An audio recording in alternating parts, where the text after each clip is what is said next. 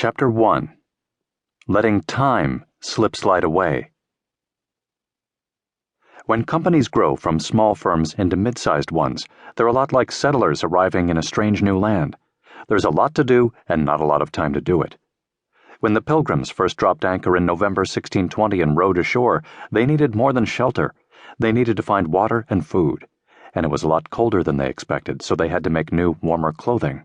And it behooved them to establish friendly relations with the people they found living there, who, reasonably, weren't all that happy about these outlandish newcomers moving into their neighborhood. Of course, the Pilgrims couldn't accomplish everything they needed to get done in a day, or a month, or even a year. It took a long time, and a lot of the original Mayflower passengers, over 50%, didn't make it. The same is true of growing mid-sized businesses.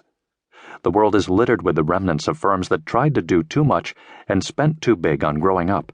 They invested in new buildings, they implemented new computer systems, and then, unlike the Massachusetts Bay Colony, they stopped growing, and the overhead on all that new stuff became hard to manage. And often they failed to get everything they needed. Perhaps they got shelter, buildings, but clean water was hard to come by. Building a dependable water supply seemed to take forever. Why? Perhaps it's because the company never built a water supply system before, so what did they know about it? Bigger firms have more resources than mid-sized businesses. They rarely outgrow their infrastructure all at once. Small companies can be scrappy and make do. They can assign someone to rush out and carry back a bucket of water. After all, they don't need all that much. But mid-sized firms, which need to do many things and undertake many large projects at the same time, must learn to prioritize and plan. And as they do, they need to understand that time, just like the Pilgrims, is not on their side. Time. This is the first silent killer of mid-sized company growth. Work plus time equals more than you think. How can time, or rather a lack of appreciation for it, be a killer? Let me show you. In 2012, the top management of a $130 million retailer realized that after years of rapid growth, the firm had outgrown the enterprise resource planning, ERP software it installed when it was a $30 million business. The retailer wanted to expand internationally, but the old ERP wasn't up to the task. Not only that, but with hundreds of retail locations, the company had no unified point of sale, POS, system. That should have been installed at least 5 years earlier, and the CEO, a first-time entrepreneur, had made it a priority, but he had other priorities, like opening a retail website to drive revenue and designing an innovative new product that could differentiate the company and developing an app to leverage mobile shopping, and. The good news was that the company was healthy and debt-free. The bad news was that it had no CFO, and the emerging VP who ran the company's 4-person IT team had never done an ERP upgrade. But a few executives who had been with the retailer from the start teamed up with a software vendor and picked the new ERP system.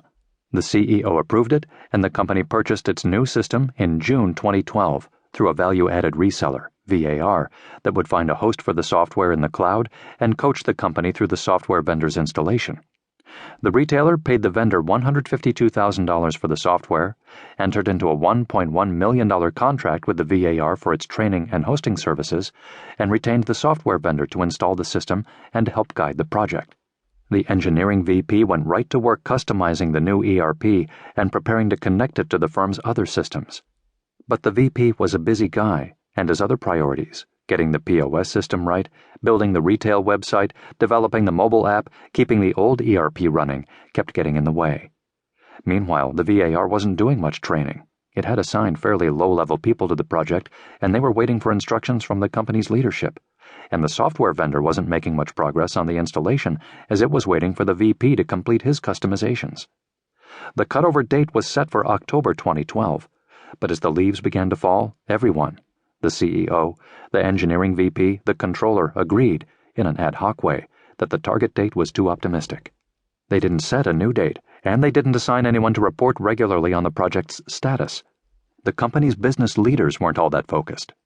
The CEO was concerned with customer issues, new product development, and more. The controller was agonizing over the accounting. The company's leadership was overwhelmed. Meanwhile, the project progressed, if you want to call it that, in fits and starts. Actually, even calling it a project would be an overstatement. While IT had a list of customizations it was supposed to make to the system, there was no dedicated in-house project